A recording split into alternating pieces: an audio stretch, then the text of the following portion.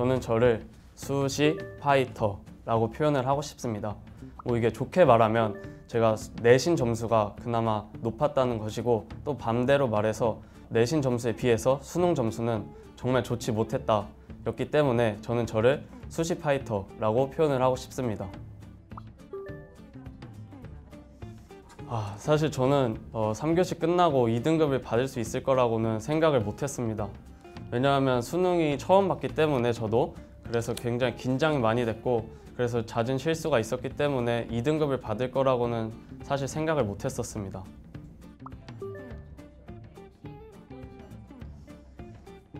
네, 제가 8등급을 받았던 거는 제가 앞서 말했듯이 제가 수시 파이터였기 때문에 그냥 내신에만 올인하자라는 생각을 했고, 내 인생에 수능은 없어 라고 다소 안일하게 생각을 했기 때문에 어떻게 하면 수능 영어 그 지문들을 독해하는지 아니면 그 문제를 어떻게 푸는지에 대한 지식이 거의 없었기 때문에 이렇게 엄청나게 낮은 점수를 받았었습니다.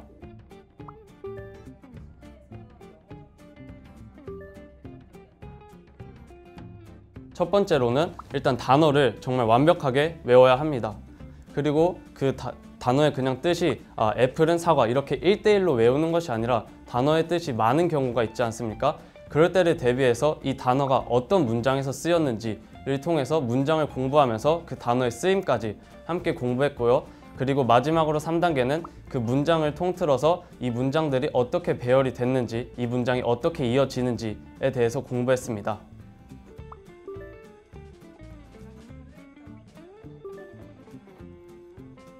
이 청킹이 청크라는 덩어리 짓다 라는 영어 뜻에서 온 건데요.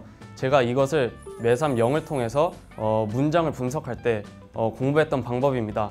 이 매삼 0에서 2단계, 즉 문장 공부 단계에서는 그 문장을 의미대로 끊거나 아니면 주어가 길 경우 주어를 끊거나 그런 식으로 문장을 그냥 하나로 통째로 이해하는 것이 아니라 덩어리 지어서 의미별로 이해하는 것이 제가 영어 스킬을 늘리거나 독해 스킬을 늘리는데 매우 도움이 됐던 것 같습니다. 제가 굉장히 여러 사람에게 물어봤습니다. 일단 저희 학교에 계신 선생님, 그리고 제 정시를 열심히 준비하고 있었던 친구, 그리고 정시를 또 준비하고 계셨던 선배님들에게 물어봤을 때 공통점으로 나왔던 것이 이 매삼형 교재였습니다. 그래서 구매를 하게 되었습니다. 네, 저는 일단 단어장도 물론 만들었지만 오답노트가 제게 있어서 가장 큰 효율이 있었던 것 같습니다. 저는 일단 오답노트를 만들 때 틀렸던 문제 뿐만 아니라 내가 헷갈렸던 문제까지 오답노트에 작성을 했습니다.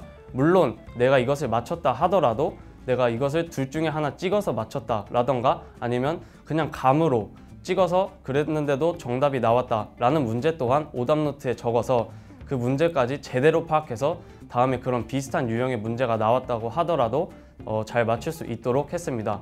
또한 제가 오답노트를 적을 때 가장 중요하게 생각했던 것은 그 문장의 유형을 적는 것이었는데요. 저 같은 경우는 특히 빈칸 추론 문제가 가장 힘들었습니다. 그래서 오답노트를 보면서 내가 빈칸 문제를 굉장히 많이 틀리는구나 라는 것을 깨달았고 제 약점을 가장 잘 보완하면서 보다 더 효율적으로 공부할 수 있었습니다.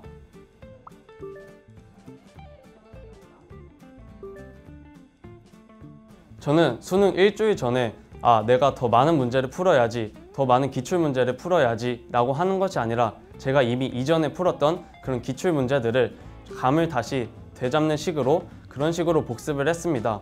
특히 이때 제가 틀렸던 부분 아니면 헷갈렸던 부분을 제가 만들었던 오답노트를 참고하면서 풀었더니 효과가 있었던 것 같습니다. 가장 후회되는 점은 앞서 말씀드린 것처럼 정말 수능을 내 것이 아니라고 생각했던 것, 그것이 가장 후회가 남습니다. 네, 제가 좋아하는 말이 하나 있습니다. 노력을 한다고 모두가 성공할 수 있는 것이 아니지만 성공한 사람들은 모두 다 노력한 사람들이다 라는 말인데요. 벌써부터 너무 절망하지 말고 그래도 적어도 저보다는 시간이 많았을 테니까 절망하지 말고 끝까지 수능 날까지 집중하시길 바랍니다.